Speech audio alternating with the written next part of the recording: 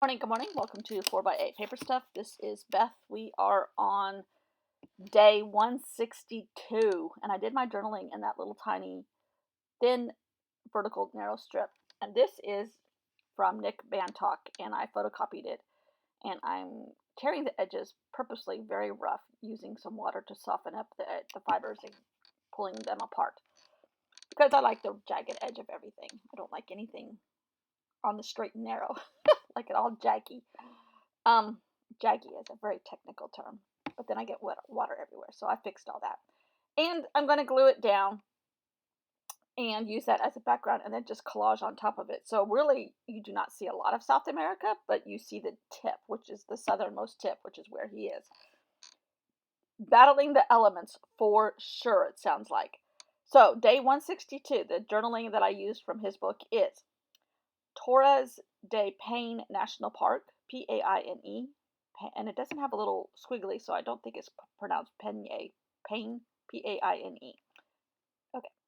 The black crystalline sand is littered with gnarled branches and tree trunks, stripped white by the elements. A continuous road north through Chile doesn't even begin for 230 more miles. It is separated from us by permanent ice tables and some of the highest mountains in the Andes. To make more northern progress, we must go by sea for now. So he's getting ready to go on a boat to get to Point Arenas. Or maybe he's already been there. I can't remember. Anyhow, it does definitely sound like major elements of weather. And I don't think I could handle it. Watching some of the videos from his time when he was doing this, he's freezing and they're on boats and on icebreakers, and they're basically down at the South Pole, which I think he was already in this area. It said when he did the pole to pole trip. No, he was on. No, he was on. Maybe he was in South America. I was thinking he was on the tip of South Africa. Left from South Africa to go to the South Pole. I can't remember. Anyhow, or maybe when you go around the Arctic Circle below, the Southern Arctic Circle, whatever you call that. I'm so sorry.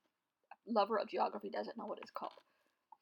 You can end up in Argentina or Chile that way. I don't know. So basically, I was just taking some earth tone elements out of an envelope here, an envelope there, and here another envelope, everywhere an envelope, and just kind of going with a color theme rather than an object theme. And I'm going with tans and rusts because that's what's in the background paper, and then in my paper that I used, there's a little bit of rust in the journaling paper portion, which is just me doing something with what they call crystalline. I think it's called crystalline on Procreate, and everything has like a crystal edge, icy edge. And yes, I'm cutting up all these gorgeous stickers, but I'm using them more that way, and I can't save these things forever because I don't think I can afford a coffin big enough for me to go with all this stuff. Nor do I want a coffin. I want to be cremated. So they're either going to burn them up with me or I need to use them. This took a very deep, dark dive. Don't know why. Anyhow, today is Father's Day. Today for you, tomorrow for me in the United States. So happy Father's Day.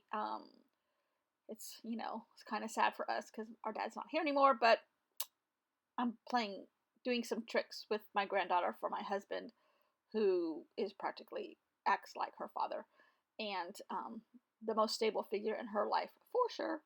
Oh, I got some hair coloring to do while he's gone. He's going to be leaving today for you, tomorrow for me,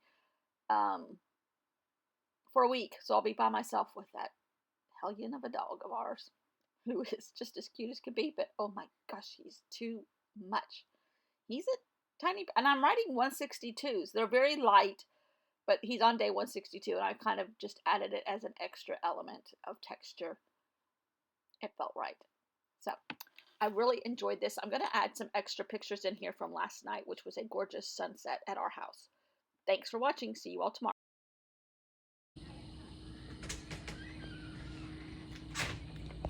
Look how pretty the sky is. Look at that. It's pretty spectacular. Yes. Pretty spectacular. That's why I made you come out here. And yes, he always does what he's told. He's very well trained.